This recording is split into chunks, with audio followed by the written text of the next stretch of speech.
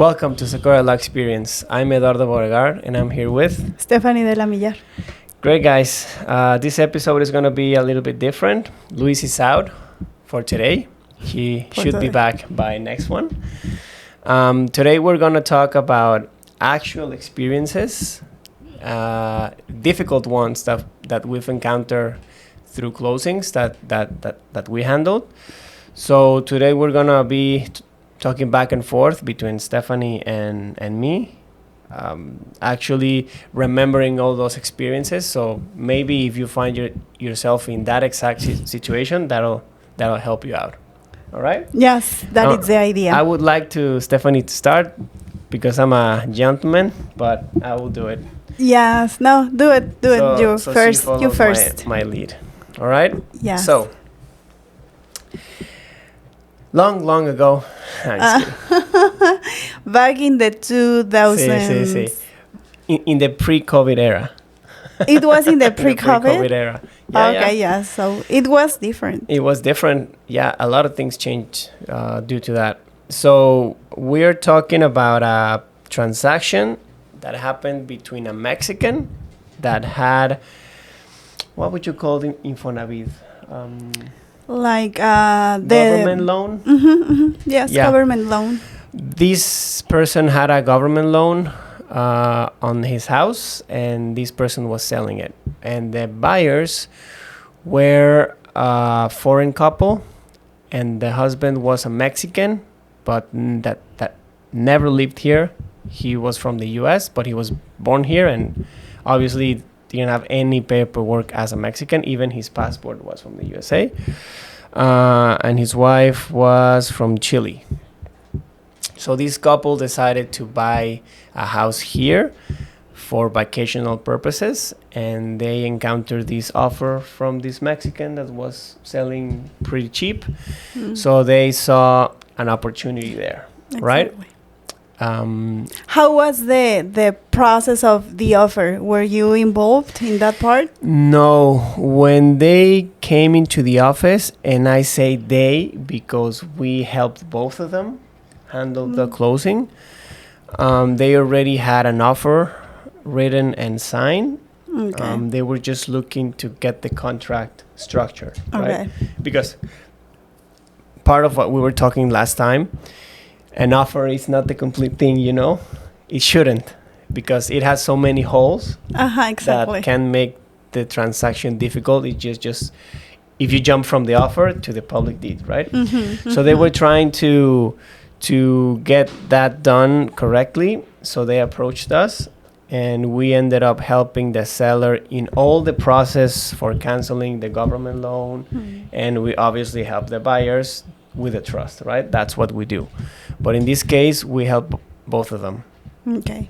The particulars of this transaction was we were handling a government institution with a loan. We were creating a new trust from scratch for the foreigners, and we also had an escrow in the middle because it was a resale. And in resales, we highly recommend to have an escrow to secure both parties.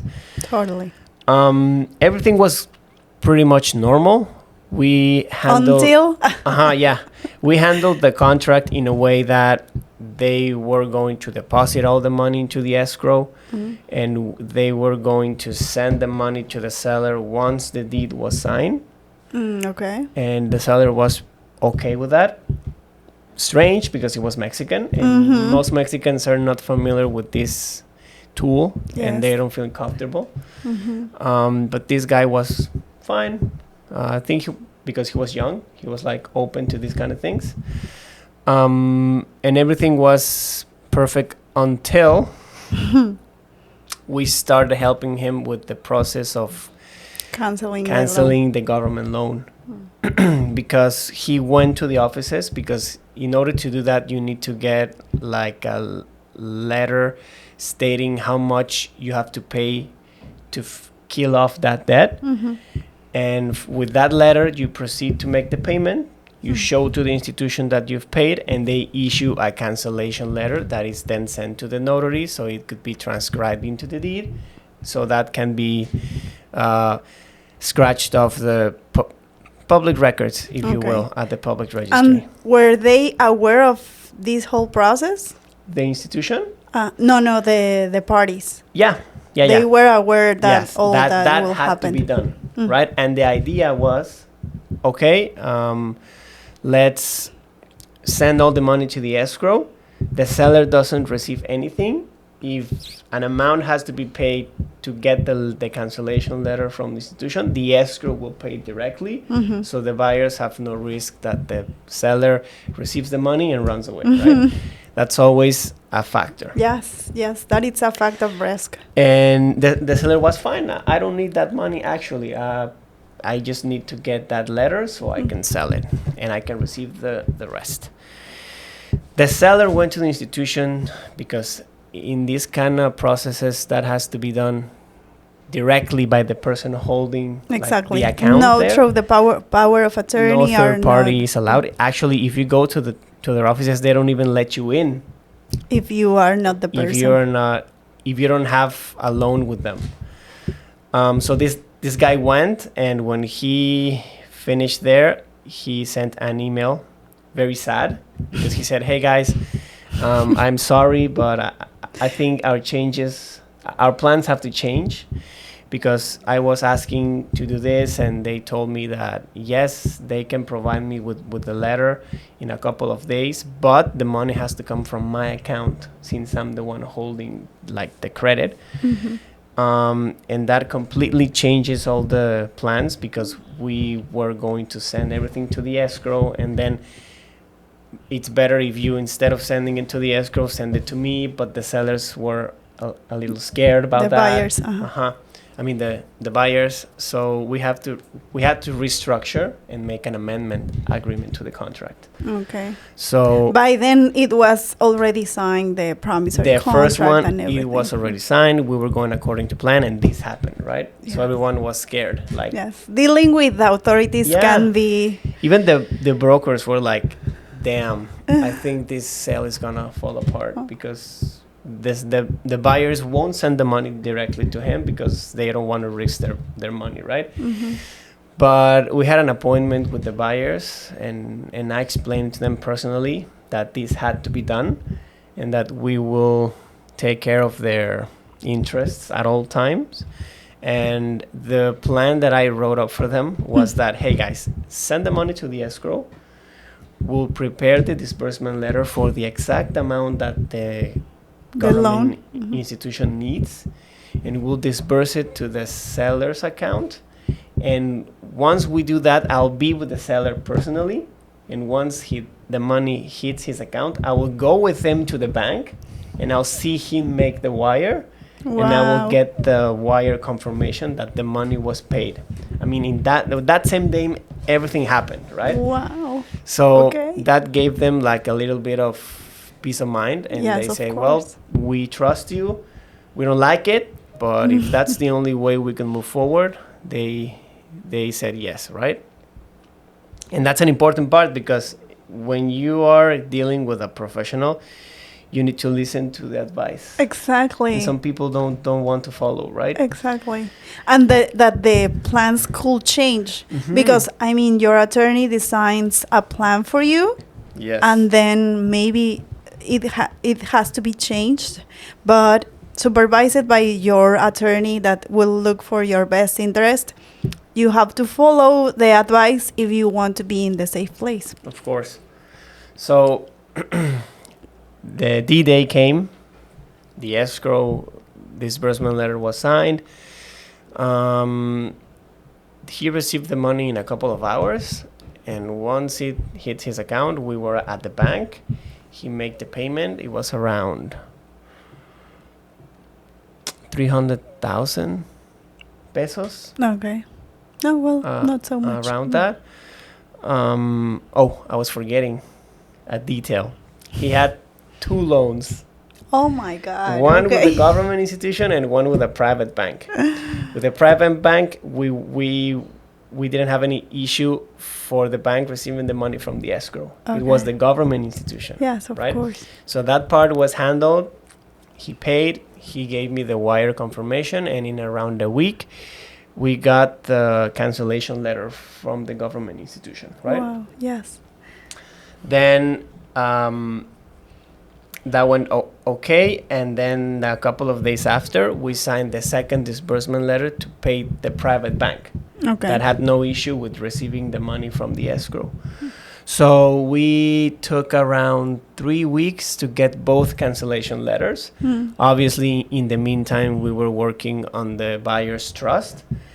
We entered the permit of the Ministry of Foreign Affairs around the same time we paid the government institution. So they came out almost at the same time. And everybody was very happy, right? Yes, Because when you I encounter bet. these kind of situations and everybody work on the same goal, and when the goal is achieved, everyone has like a euphoria of excitement, and both buyer and seller ended up being good friends actually because of that, because all they went through. Yes. Happy closing. Yeah. In The whole closing took around 3 months 3 because months. all of these things. Because there were two yeah. mortgages to be canceled plus the Mhm. trust. Yeah, plus the trust. Okay. and- What is the fact that you think that lead or leaded to have this final good and smooth closing? I think communication with both parties, because once the seller found out about this, he quickly gave us notice, and we gathered everybody up, right, to talk about it. Because if the seller would have kept quiet and the things would have run as they were supposed to, and very close to the closing, he said, "Hey, I did nothing. Guess what? I cannot pay with the escrow." That would have been a problem. Totally. Because most buyers have to plan their trips down here to sign the deed, and if you don't communicate and they think that things are going as they should and they didn't, that's when people get mad. Right? Yes, totally. And I mean, how they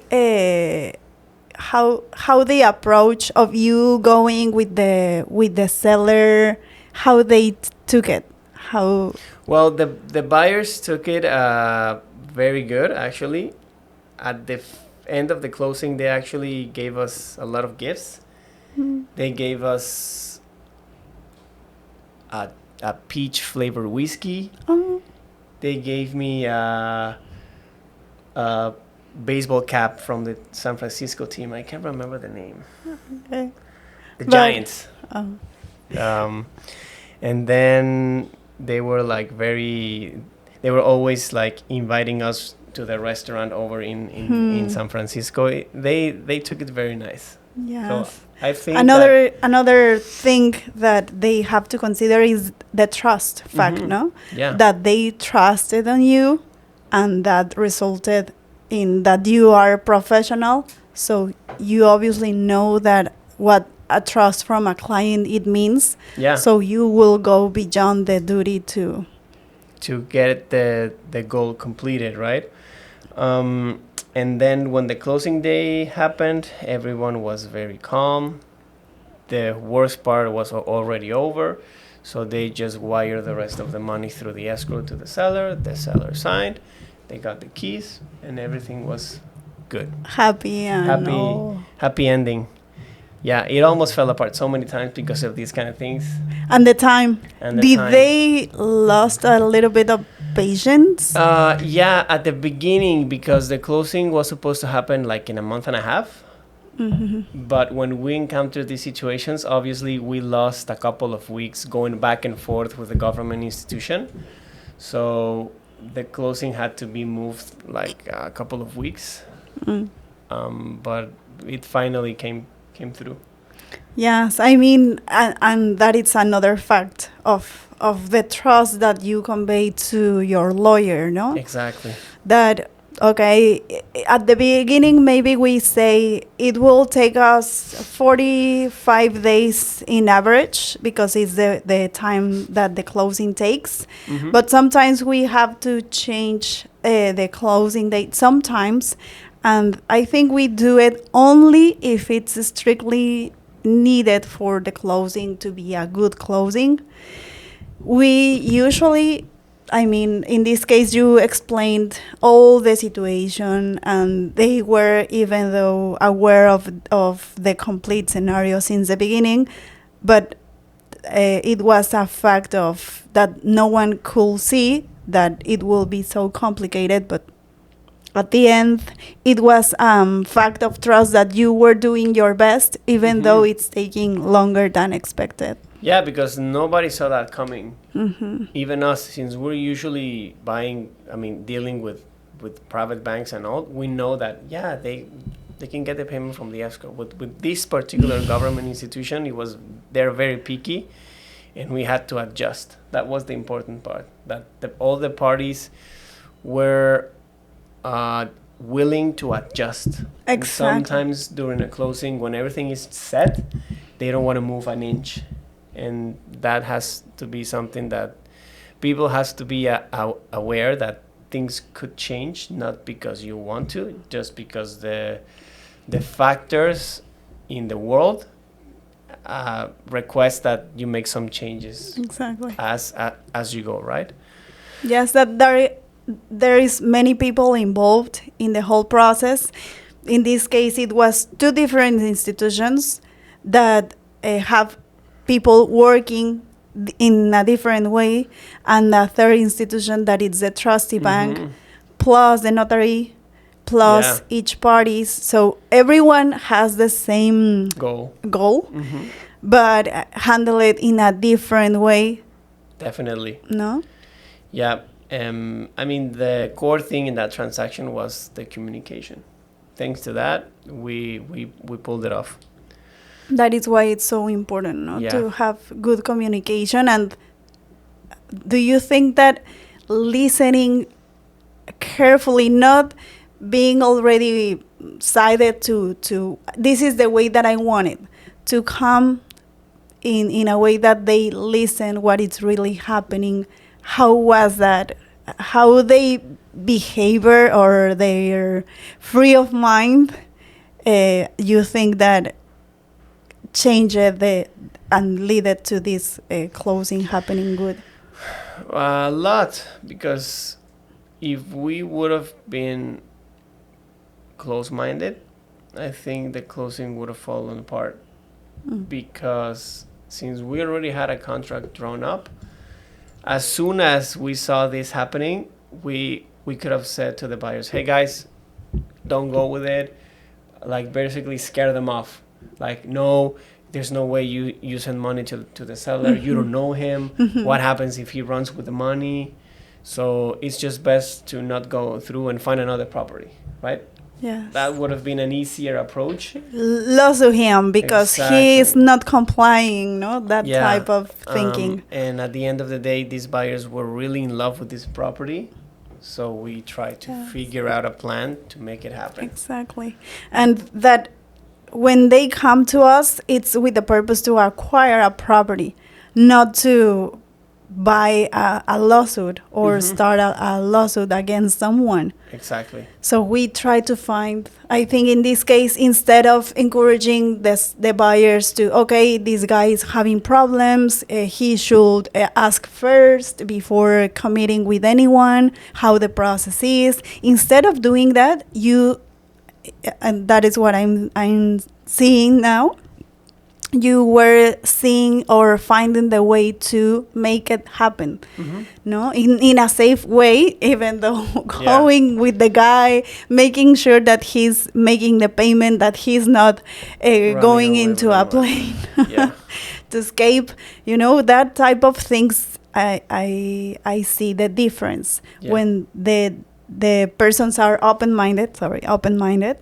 and the attorneys search the way to make the things happen, preventing a possible lawsuit, no? Definitely. And at the end of the day, after the closing, it took around, how it is, 6 months to get the deed out of the public registry.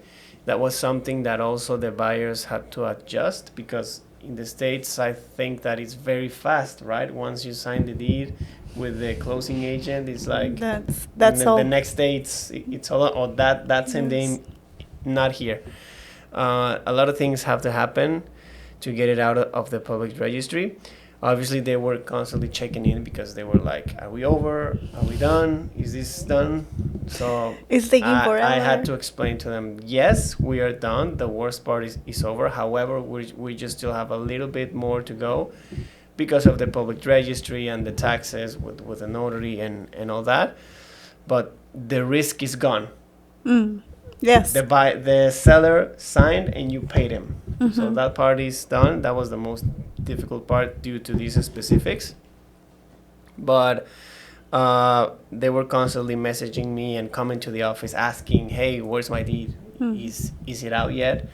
But it took a couple of months, and when we finally gave it to them, that's when they came with all the gifts and like, "Thank you, a relief gift." Yeah, you really helped us, but it was nice. Yes, and I mean, as attorney, what is the most valuable experience that you got on this closing? I think getting to know and understand how things work differently in other places. I think that gives you a more open perspective to try to find out a solution. Because if you only know how things are done one way, you stick to it. But if you know other ways, you can plan accordingly and try to mix things up to get to the final goal, right? Yeah. So that, I think that is the good part when you talk to the clients and they have previous experience in their own countries. I think that gives you a little bit more perspective to try to find the answer. Because at the end of the day, that's what we want, right? To find the right path and go to the place that we want. Yes, but sometimes it's not a straight line. Sometimes. No. Everyone thinks that closings are exactly the same, but no. Every transaction has different specifics and challenges that you need to adjust to. Good. So adjustment is key. Adjustment and communication, no? Yeah, definitely. And I think for this episode, that will be the only experience. Next one it's your turn. It's my turn. Then Luis. And then Luis. But thank you guys for sticking in. I hope that helps you if you're in this specific situation or in something similar, to know that you need to be open-minded and talk to your lawyer so we can find a way, right? Yes. Thank you guys. Bye.